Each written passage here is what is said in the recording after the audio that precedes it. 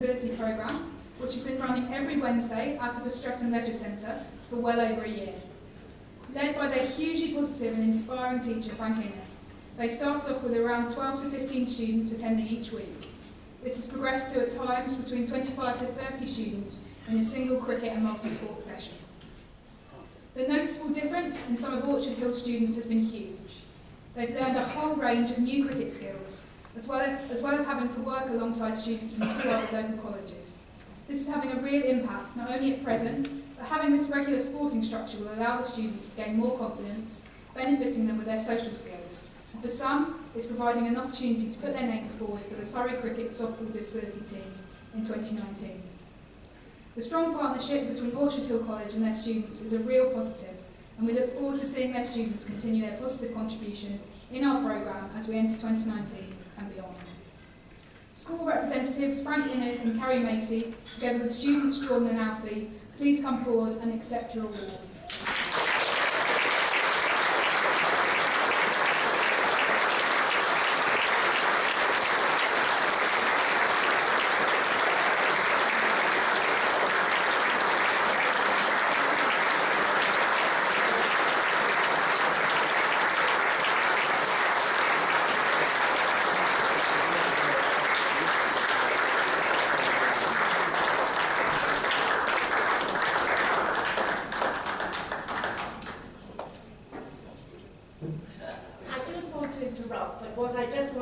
Something that Alfie said to me, and I hope that Alfie can say this. If he can't, he might allow me to say it, but Alfie, can you say what you said to me as to how special being involved in this with Surrey and being here today? Can you say, to tell everybody, that would be lovely if you felt it, but you wanted to.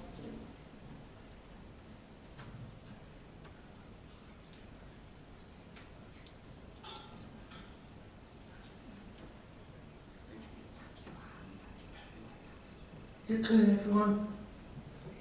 Please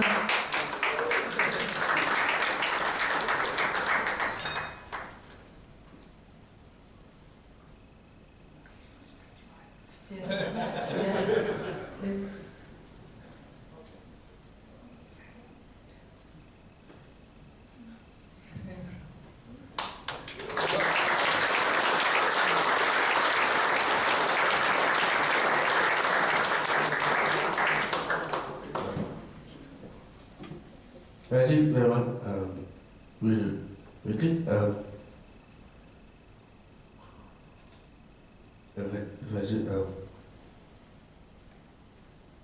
did make it sports.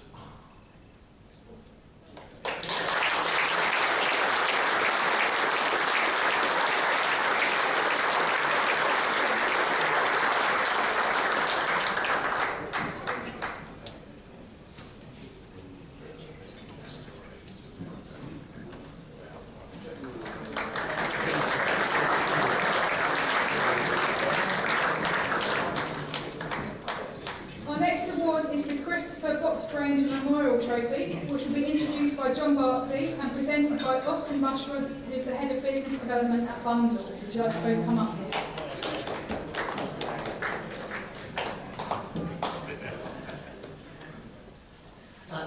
Raph, thank you so much. Can I just say, that was, not often does one hear an inspirational speech. But Katie, where's Katie gone? Katie, that was inspirational to all 230 of us, to hear your words there spoken with such clarity, and then to have the presentation for the young people was just wonderful. And we're going to continue very briefly on the theme of special needs, youngsters who find life one way or another quite a struggle.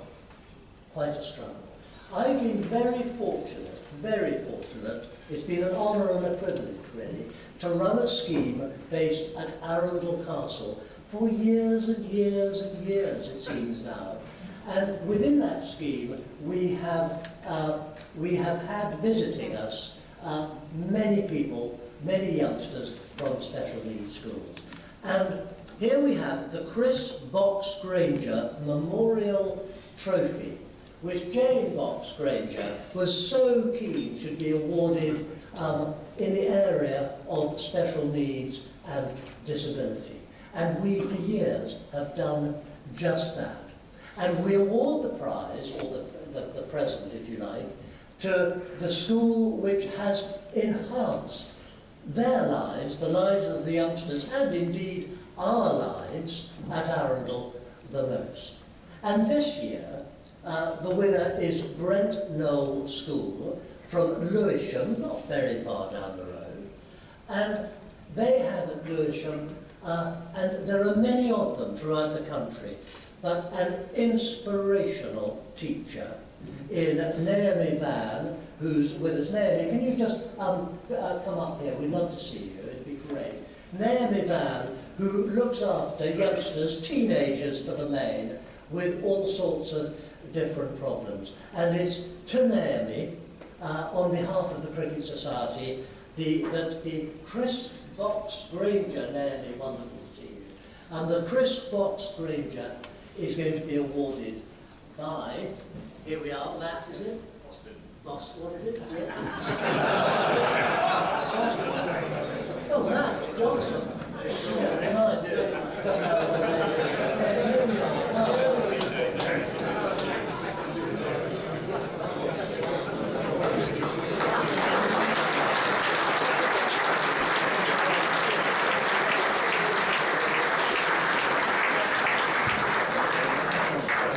I'd like to say a big thank you to John, but also I wish he'd warned me before I'd have a few glasses of wine.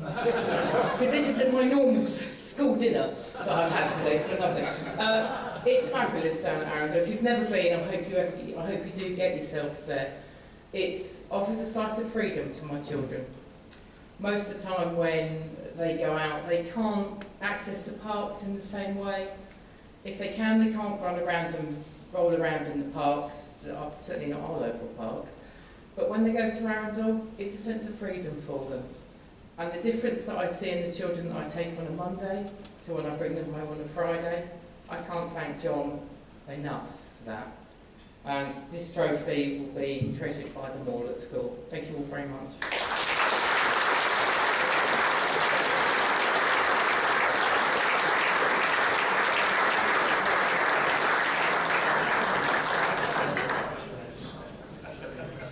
Thank you, John and Austin there. Ladies and gentlemen, please be upstanding for the Loyal Toast, which will be given by Phil Reeves.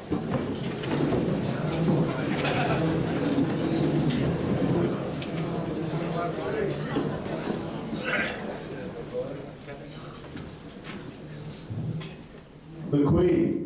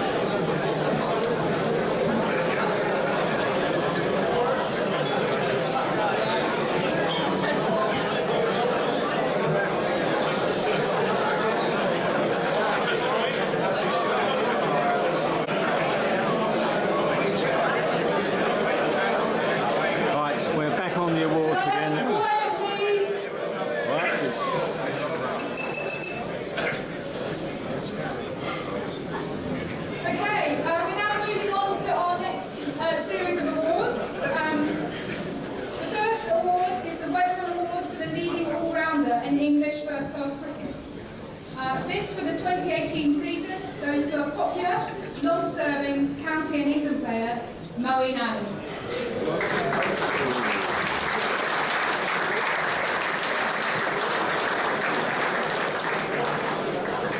Over the 3 formats of the game, he scored 1,125 runs in the season at an average of 37.5 and took 67 wickets at just under 24 to leave him well clear of his rivals for this award.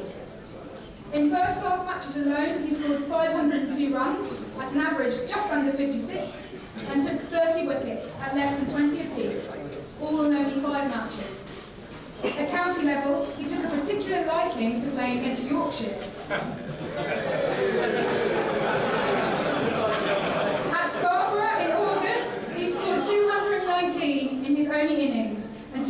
wickets, including a season's best return of 6 for 49 in Yorkshire's second innings.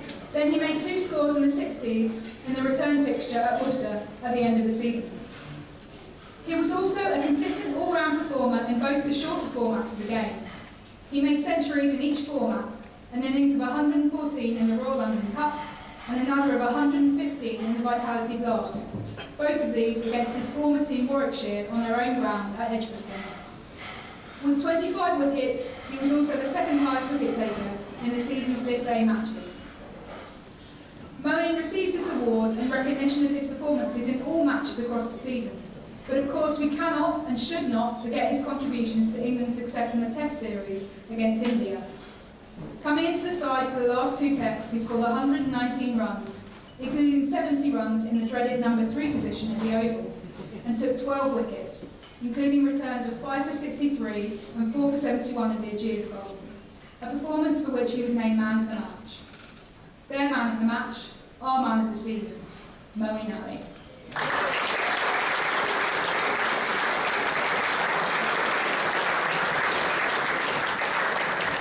Unfortunately, Moeen Ali is currently playing cricket in the Indian Premier League, so his award will be presented to him on a suitable occasion in the future. Okay, and our next award, the Weatherall Award for the leading schools all-rounder of 2018, goes to George Hill of Sedbergh School. A right-handed batsman and medium-pace swing bowler, for Sedbergh last year, George scored the enviable, and perhaps just a little unenviable, total of 999 runs. That's an average of 99.9.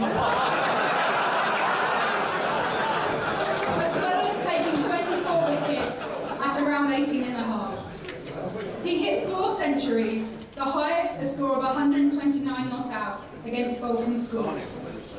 George is described as being calm at the crease, a good judge of a run chase, and willing to use his feet against the spinners, as well as being a proven and accurate one-day bowler. We're told that he wasn't bothered about ending his school season on 999 runs. He was more concerned with seeing that last match safely through to its conclusion. And we've also been reminded that he achieved that run tally despite missing several school fixtures as a result of commitments for the Yorkshire Academy. The 2018 season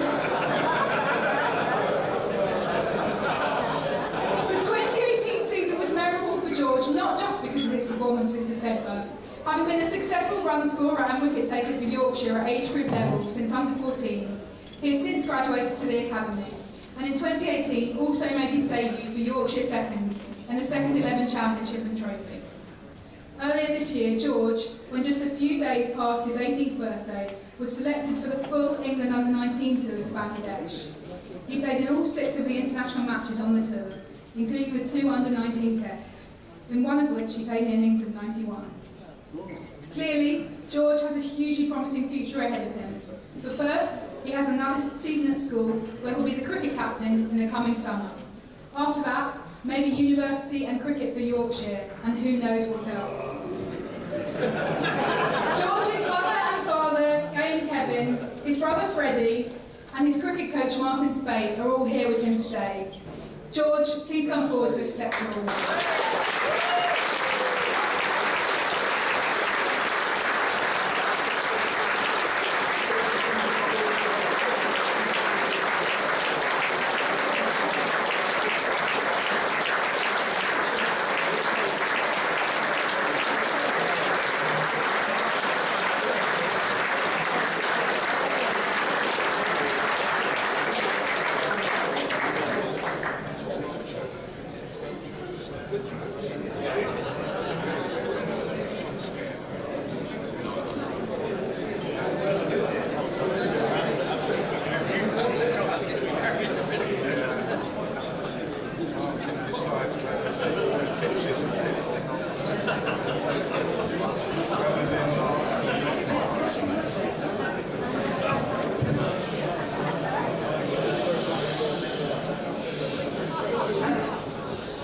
Good afternoon, everyone, and I'd like to say a few words. First and foremost, Many grateful thanks to Cricket Society for presenting me with this incredible prestigious award.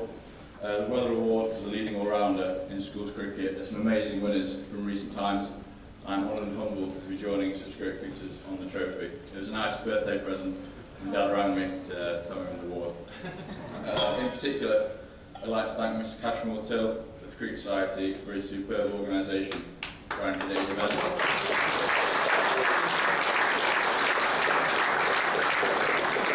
And also securing tickets to today's lunch for my family. However, I won't be able to stand up here today at this most famous of cricket grounds and accept the award if it were not for the fantastic support provided to me by so many people. Firstly, I'd like to publicly thank Mum and Dad for their unwavering support for me to my younger brother Freddie, who, when not playing his own cricket matches, gets dragged along, unfortunately, to play. And thank you very much to those. Also, I'd like to thank Seb, the school, for providing me with the support and encouragement that's been unwavering for the past 5 years. In particular, my housemaster, Mr. Marr, and headmaster, Mr. Harrison. Secondly, Yorkshire Cricket Club, notably Richard Dams and Ian Jews, have been nothing short of amazing in their help. I've been playing injury cricket through York since I was around 10 years of age, and the whole setup from then to now has been brilliant. It's an honour to represent such a famous club. And last but by no means least, I'd like to make one more special mention. I would simply not be half the cricketer I am today without the efforts of this one man. He has coached since I was an ungainly 11-year-old at prep school that struggled to get the ball for the square. Over the past 7 years, we've had more 6 AM starts than nets than I care to think about, not to mention numerous late nights in his study over endless cups of tea. He's a great person off the cricket pitch and a great in nets as well. However, during the games, he sits in the pavilion and managed to finish the Telegraph crossword, which again showed his faith in the team on the day. He was a player before his time when he played first-class cricket, and those who know about such things are the first to say they are amazed as how he did not play for his country. That said, I would like to think I'm a beneficiary of his incredible vision, expertise and ability. So a very public and massive thank you to Martin Spate, cricket professional at Central School.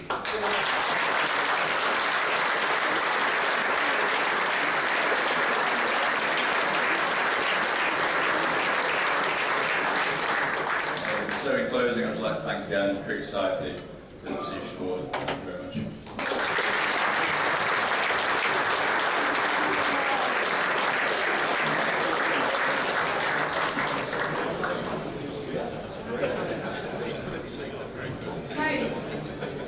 For our next award, the Cricket Society shows that it's moving with the times. This year's most promising young male cricketer appeared in just one first-class game in 2018. Pat Brown is a T20 specialist and a highly gifted one.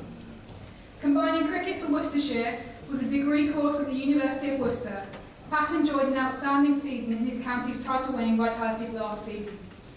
He took 31 wickets, the second best ever, at 13.35, with an economy rate of 7.64 per over.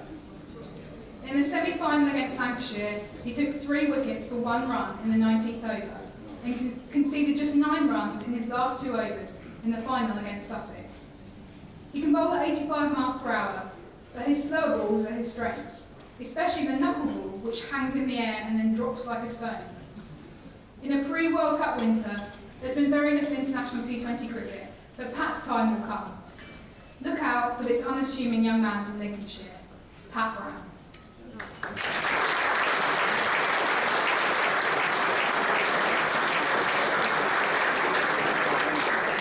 Unfortunately, Pat can't be here today, but we do have an advanced acceptance speech, which hopefully is going to be played now.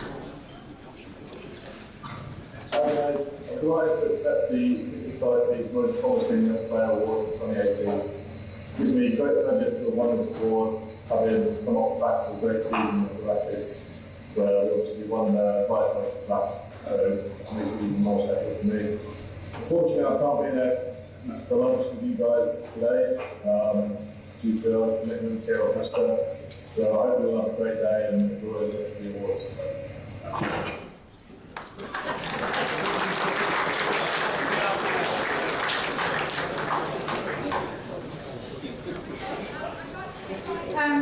I'd like to invite MCC President Anthony Rayford to come and present our next award. Sophia Dunkley is this year's winner of our Most Promising Young Female Cricketer Award. Sophia grew up in North London and, encouraged by her dedicated mum, she's progressed through Finchley Cricket Club, a sports scholarship at Mill Hill School, county cricket for Middlesex, and the England Women's Academy to a key role for Surrey Stars, the winners of the 2018 Kia Super League, and inclusion in the current England side. 2018 was a breakthrough year for Sophia.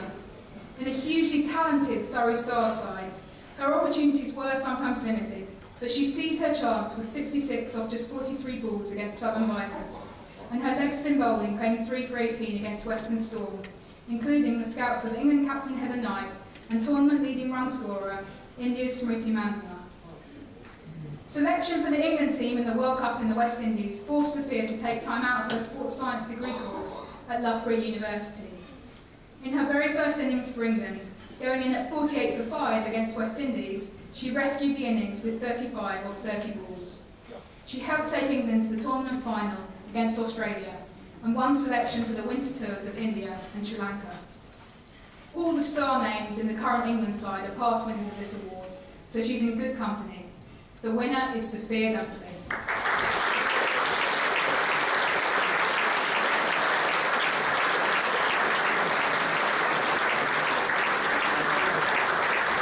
Unfortunately, Sophia can't be present today. She's just landed on a flight back from Sri Lanka, but we're asking Sophia's mother, Caroline, to accept the award on Sophia's behalf, after which Danny Warren, Head of Women's Cricket for Middlesex, will respond.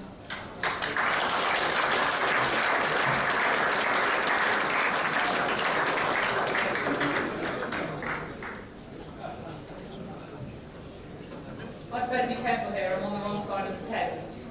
But all joking aside, this is actually a really good example of how Middlesex and Surrey could work together to create a really, really talented cricketer and help her achieve her dreams. She started playing at Middlesex when she was a 10-year-old, and you knew from the point you kind of met her that she was slightly different, an infectious love for the game, a really understated brain. She might not be able to tell you what she was thinking, but she always did the right thing on the cricket pitch. And having worked with her for a number of years, it's been a joy to watch her get these opportunities in the Kia Super League with the Stars over the last couple of years and to push on and play for England. She's a really exciting and probably the new brand of women's cricketers that we're going to see coming through the system, and it's been fantastic to watch her develop and to see her take her game to the next level. So I'm so excited to see that she's won this award. She's in great company, and I hope that she kicks on and does as well as the past winners have in the previous years. So on behalf of Sophia, thank you very much.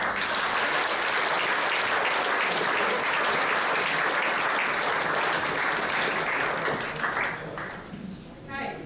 I'd like to invite Devon Malcolm back up to present the remaining awards, please.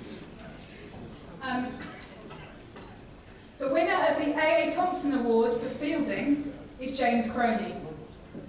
James began his cricket in Staffordshire and still plays for the same club as his father, Newcastle and Hartshill, in the North Staffs and South Cheshire League during the school holidays. His talents have taken him to the Northamptonshire Academy and to a sports scholarship at Stowe School, where he made 350 runs for the first 11 in 2018. He also hit 2 centuries for Northamptonshire under-17s and won the award of Player of the Year for Northamptonshire Youth Cricket. Representing the Midlands at the Bunbury Festival, James hit 58 against the South and West, and then scored 76 off 62 balls against the North, sharing a match-winning partnership with Jacob Beckrell. He then went on to run out 2 unfortunate North batsmen with direct hits. And the moral of that story is not to take liberties with James's throwing. James's mother and father, Richard and Louise, and his sister Lola are with him today. The winner is James Croney.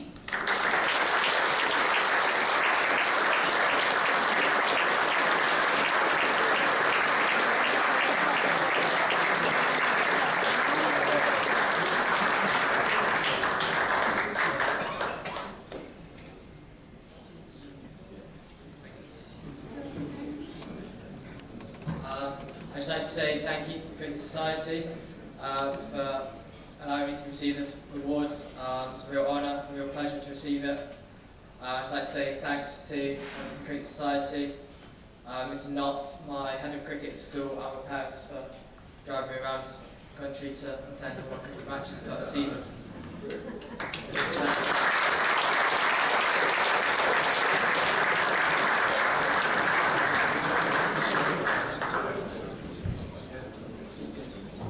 Okay. Our next prize for the best under-15 schools cricketer goes to Jacob Bethel. Born into a Barbados cricketing family, Jacob was brought up in the family home in Barbados and enjoyed outstanding cricketing success on his home island. He represented Barbados under-15s for 3 years. This didn't go unnoticed in England, and Jacob has since joined the Warwickshire Emerging Players Programme and taken up a scholarship at rugby school, where he's coached by ex-Warwickshire skipper Michael Powell, who's with him today. Jacob is a left-hand opening back and a left-arm spinner. Playing for the Midlands in the under-15 Bunbury tournament, he scored 225 runs at 37.5, including 111 against the North, and took 9 wickets at 20.11. He enjoyed success in the rugby first 11. He also scored consistently for and took wickets for Warwickshire under-15s and under-17s. He plays his club cricket for Kenilworth Wardens in the Birmingham League. Past winners of this award include Mike Atherton and Mike Gatton, along with current Warwickshire player Dom Sibley. Now there's a challenge. Our winner is Jacob Bethel.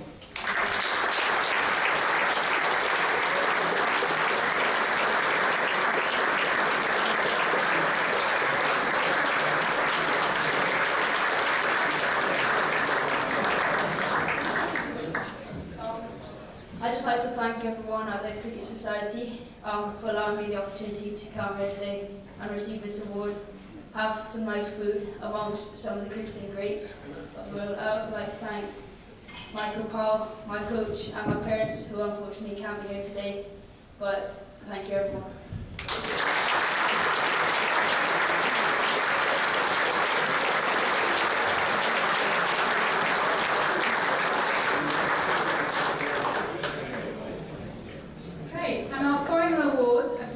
Is the Ian Jackson Award. Recipients of this award are chosen by the Executive Committee of the Cricket Society. The award commemorates the memory of Ian Jackson, a former chairman of the Cricket Society, who died suddenly in 2008 after only a short period as our chairman. Ian had a strikingly enthusiastic attitude to life, with his love for and commitment to cricket shining through. The award is effectively our Spirit of Cricket Award, and goes annually to an individual or group who, through their distinguished endeavours and commitment to cricket, have met the mission and spirit of the Cricket Society. Previous recipients have been Stephen Chalk, David English, David Frith, Rachel Hayhoe-Flint, Mike Brearley, Dennis Amos, Henry Blofeld and Charlotte Edwards. This year's winner of the Ian Jackson Award for a lifetime service to cricket is John Holder.